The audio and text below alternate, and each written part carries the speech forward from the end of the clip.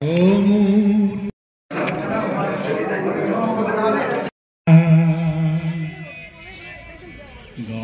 কৰা দয়া কিনা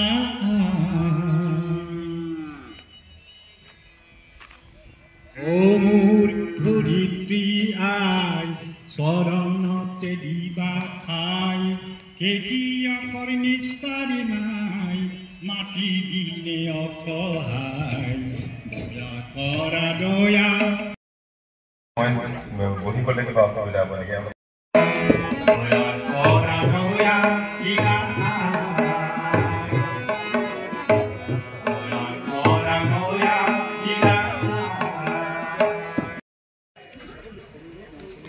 মাননীয় কবিৰুদ্দিন আহমেদ তেখেতক মই শ্ৰদ্ধাৰে আহ্বান জনাইছোঁ।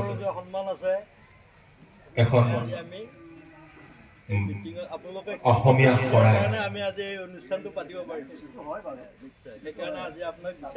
আৰু নখোৱা উৎসৱত এজন কৃষকলে সম্বৰ্ধনা কিমান পৰিকল্পিত, কিমান সুস্থ চিন্তা থকা এডাল দেখা পাব, কিন্তু মানুহজনৰ কিছুমান নিজস্বতা আছে।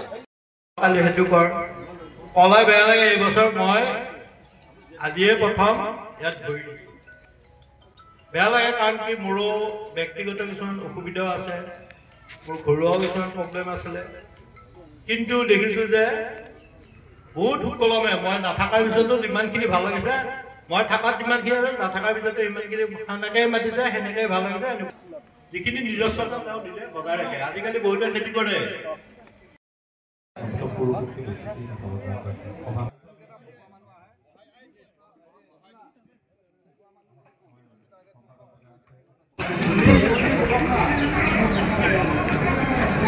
দলগাঁও প্ৰগতি সংঘৰ উদ্যোগত শ্ৰীযুত কুলেন হাজৰিকাদেৱৰ নেতৃত্বত আমি নখোৱাটো উদযাপন কৰি আছোঁ। আজি 6 বছৰ হ'ল আৰু এই নখোৱা আচলতে আঘোণ মাহত নখোৱা হয় অসমীয়া সমাজখনৰ। আচলতে খেতি চপাই কেনে আনি ভঁৰালত সোমোৱাই আৰু সেই নতুন ধানেৰে এসাঁজ সকলোৱে মিলি খায়, আৰু সেয়াই হ'ল নখোৱা। নখোৱাৰ পদ্ধতিটো আমি ইয়াতে জীপাল কৰি ৰখাৰ চেষ্টা কৰা হৈছে। আৰু আজি 6ষ্ঠ বাৰ্ষিক নখোৱা উৎসৱ দলগাঁও বাৰোৱাৰী পূজা মন্দিৰ প্ৰাংগণত। মই সৌভাগ্যৱান ব্যক্তিগৰাকীয়ে জনসাধাৰণৰ লগত একত্ৰিত হৈ একাত্ম হৈ চলিব পাৰিছোঁ। পিন্ধাইছে আৰু ইয়াক শৰাইৰে সমৰ্থন জনাবলৈ আগবাঢ়িছে দলগাঁও প্ৰগতি সংঘৰ সম্পাদক বিনোদৰ শইকীয়াদেৱে।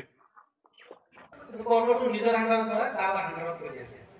হয়তো এটা কোম্পানী আমাৰ ব্যক্তিগত এটা অনুষ্ঠান তেৰ বাবে